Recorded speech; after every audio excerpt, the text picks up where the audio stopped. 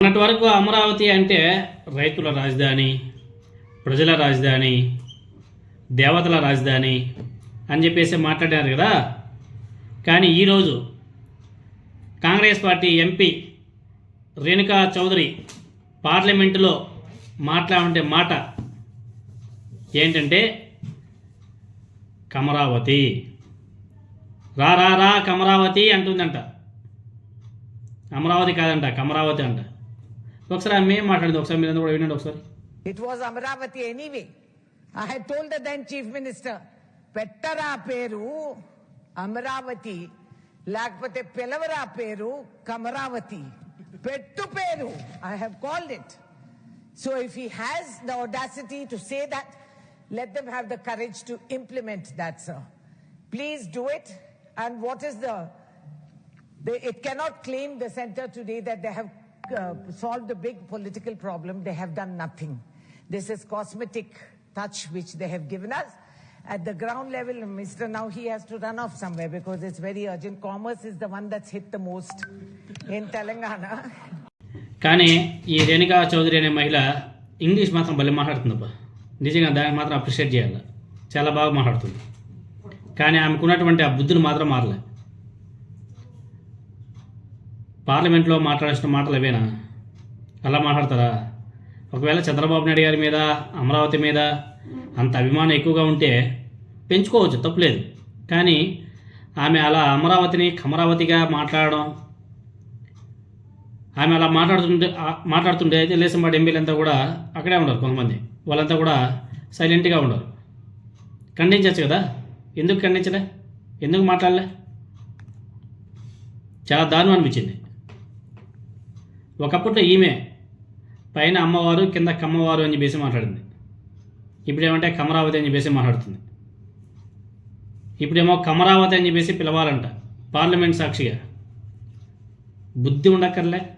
పెద్ద ఆమె ఇంకేమైనా మాట్లాడితే చండాలంగా ఉంటుంది. మనకే అప్పుడప్పుడు అనిపిస్తుంది. అటువంటి రాజధానిలో మిగతా వాళ్ళంతా ఎలా నివసించాలి? నివసించగలరా? కామన్ మ్యాన్ వెళ్ళి అక్కడ ఒక చిన్న ఫ్లాట్ కొనుక్కొని ఉండగలడా? ఉండే వాతావరణాన్ని ఏమైనా సరే సృష్టిస్తున్నారా? పేదలకు ఇళ్ల స్థలాలు ఇస్తేనే అక్కడేదో జరిగిపోతుందని చెప్పేసి కోర్టుకు వెళ్ళి ఆపిచ్చేశారు. ఇప్పుడేమో అమరావతిని కమరావతి అని చెప్పేసి మాట్లాడుతున్నారు. దాన్ని ఇప్పటి వరకు ఏ తెలుగుదేశం పార్టీ నాయకుడు కూడా ఖండించలే. ఆమె మాట్లాడినటువంటి మాటలు ఒకరంటే ఒకరు కూడా ఖండించలే. ఆమె మాట్లాడింది కాబట్టి ఓకే. అదే ప్లేస్లో ఒక రెడ్డో మాట్లాడుంటే పరిస్థితి ఎలా ఉండేది? ఈ సమయానికి ఓలమ్మో పచ్చ మీడియా అంతా వచ్చి నెత్తులు పడిపోయేది. మామూలు కూడా కాదు.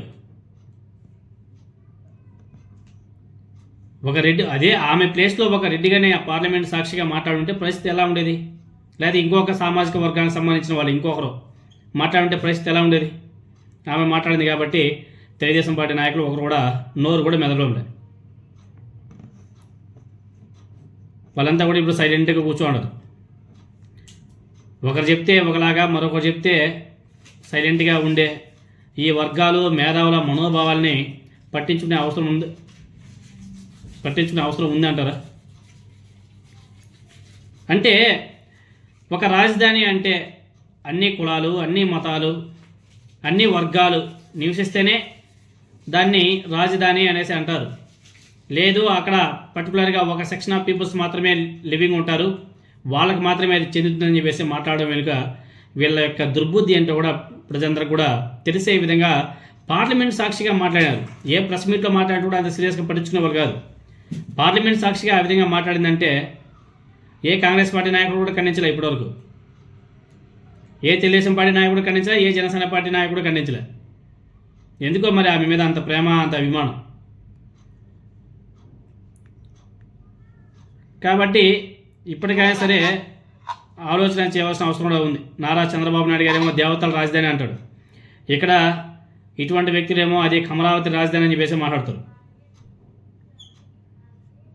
రాష్ట్ర ప్రజలను తాకట్టు పెట్టి 2 లక్షల కోట్ల అప్పులు తెచ్చి కడుతున్నది రాష్ట్ర రాజధాని అమరావతి కాదంట.